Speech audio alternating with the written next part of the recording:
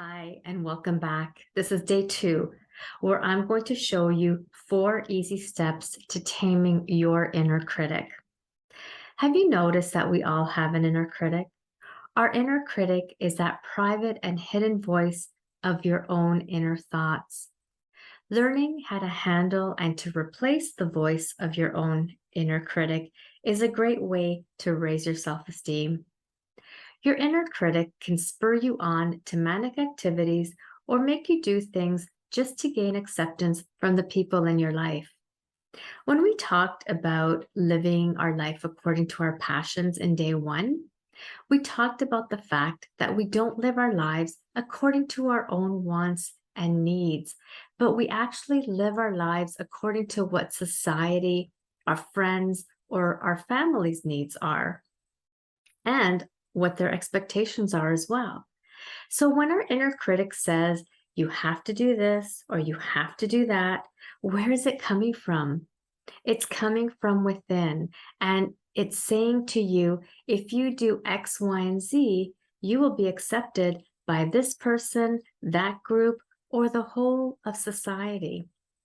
And when that happens, your inner critic drags your self-esteem through the mud, making you feel unworthy, incompetent, or otherwise not good enough, because you're always striving to be just like them. Your inner critic either shouts or whispers damaging and destructive thoughts in your mind. It is mind chatter that you don't need, like those excess calories you don't need. Thoughts like, you're so fat, you have zero self-control, you're such a loser, you're really ugly, and no one will ever want you. So-and-so is more successful. So-and-so has their life together. Why can't you be like that? And the list goes on and on and on. Your inner critic is a conversation you have with yourself. By telling you all of those negative things, it's going to have a negative effect on you. It may then interfere with your goals, the way you feel about yourself, and the way you feel about life in general. In short, the inner critic, or that voice in your head, will constantly criticize you. It will belittle you, and it will judge you. That inner critic is cruel and damaging. Now, on the flip side, when you tame your inner critic and shut it down, you will change your life forever. You have the power to change the narrative and the stories that your inner critic tells you. By doing this, you will gain self-esteem, greater self-love, and a happier life in general. Can you imagine if your inner critic said nice things to you? What would happen?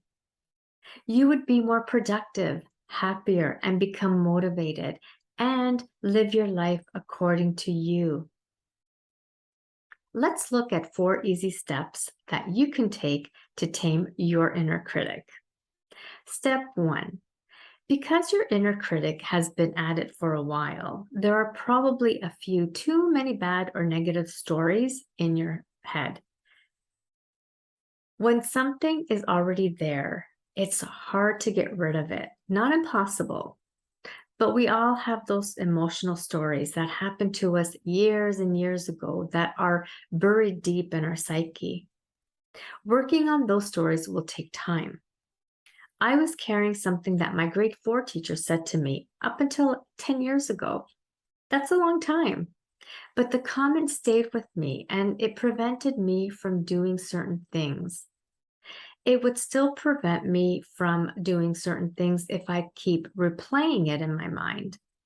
So whenever it replays, I have to stop it. Pay attention to the bad stories as soon as they begin. When you hear the thought, mentally stop and listen to what you are telling yourself right at that moment. Listen to the stories and acknowledge that they are there. Number 2 is to confront that story or stories and ask yourself if it's true or false. Many times, these stories come to us as a result of a limiting belief that we are holding on to. These are just thoughts, that's all. They are not based on facts, so they are not true. Ask your inner critic questions about whether that story is true or not. If it says yes, it's true, ask it to give you the evidence that makes it true. Challenge those negative thoughts. If the stories are harmful to you, recognize them and then move on to step 3, which is change the story. It's as simple as that.